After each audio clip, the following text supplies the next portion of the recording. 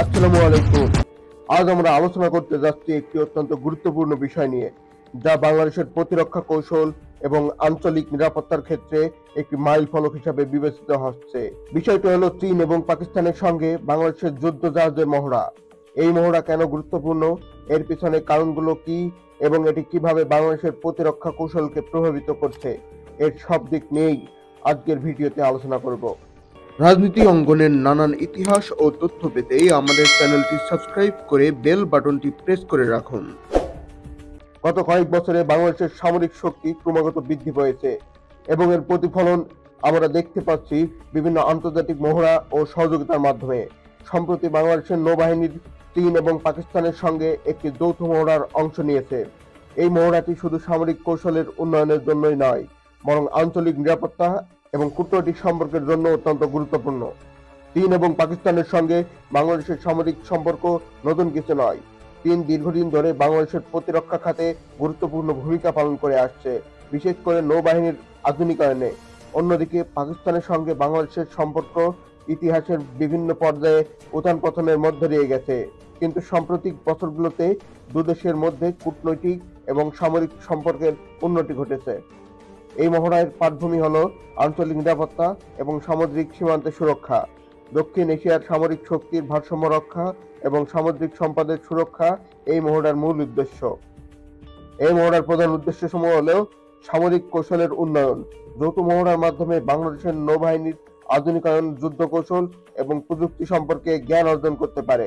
আঞ্চলিক নিরাপত্তা, দক্ষিণ এশিয়ার সামরিক শক্তির ভারসাম্য রক্ষা এবং সামুদ্রিক সীমান্তের সুরক্ষা নিশ্চিত করা।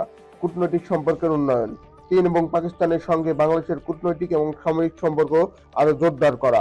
এই মহড়াটি সম্পন্ন হয়েছে বিভিন্ন ধাপে। প্রথম ধাপে তিন দেশের নৌবাহিনীর যৌথ পরিকল্পনা তৈরি করে এবং মহড়ার জন্য প্রস্তুতি নেয়। দ্বিতীয় ধাপে বিভিন্ন ধরনের সামরিক অনুশীলন করা হয়, যেমন সমুদ্রের সীমান্ত রক্ষা, জলদস্যুদের প্রতিরোধ এবং যুদ্ধ জাহাজের মধ্যে সমন্বয় সাধন। তৃতীয় ধাপে মহড়ার ফলাফল বিশ্লেষণ করা হয় এবং ভবিষ্যতের জন্য সুপারিশ প্রণয়ন করা হয়। এই মহড়ার গুরুত্বপূর্ণ অপরিসীম। প্রথমত, এটি বাংলাদেশের নৌবাহিনীর সামরিক সক্ষমতা বৃদ্ধি করে। দ্বিতীয়ত, এটি আঞ্চলিক নিরাপত্তা নিশ্চিত করে এবং সমুদ্রের সম্পদ সুরক্ষা দেয়। তৃতীয়ত, এটি বাংলাদেশের কূটনৈতিক সম্পর্কের উন্নয়নে সহায়তা করে। এই মহড়া আঞ্চলিক প্রভাবও ব্যাপক। দক্ষিণ এশিয়ার সামরিক শক্তির ভারসাম্য রক্ষায় এটি গুরুত্বপূর্ণ ভূমিকা পালন করে। এছাড়াও এটি আঞ্চলিক সহযোগিতা এবং শান্তি প্রতিষ্ঠায় সহায়তা হতে পারে। এই মহড়ার মাধ্যমে বাংলাদেশ নৌবাহিনী ভবিষ্যতে আরো বড় এবং জটিল মহড়ায় অংশ নিয়ে সক্ষম হবে। এছাড়াও এটি বাংলাদেশের প্রতিরক্ষা কৌশলকে আরো শক্তিশালী করবে এবং আঞ্চলিক নিরাপত্তা নিশ্চিত করবে। যদিও এই মহড়া অনেক ইতিবাচক দিক রয়েছে, তবুও কিছু কিছু সমালোচক এবং চ্যালেঞ্জও রয়েছে।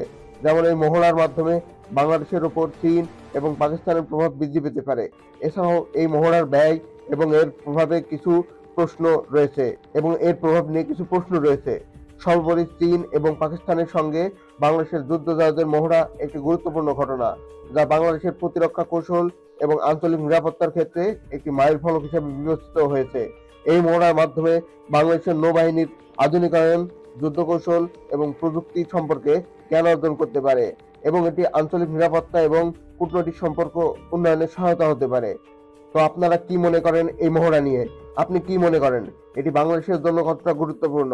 কমেন্টে আপনার মতামত জানান এবং এই ভিডিওটিতে লাইক এবং শেয়ার করতে ভুলবেন না।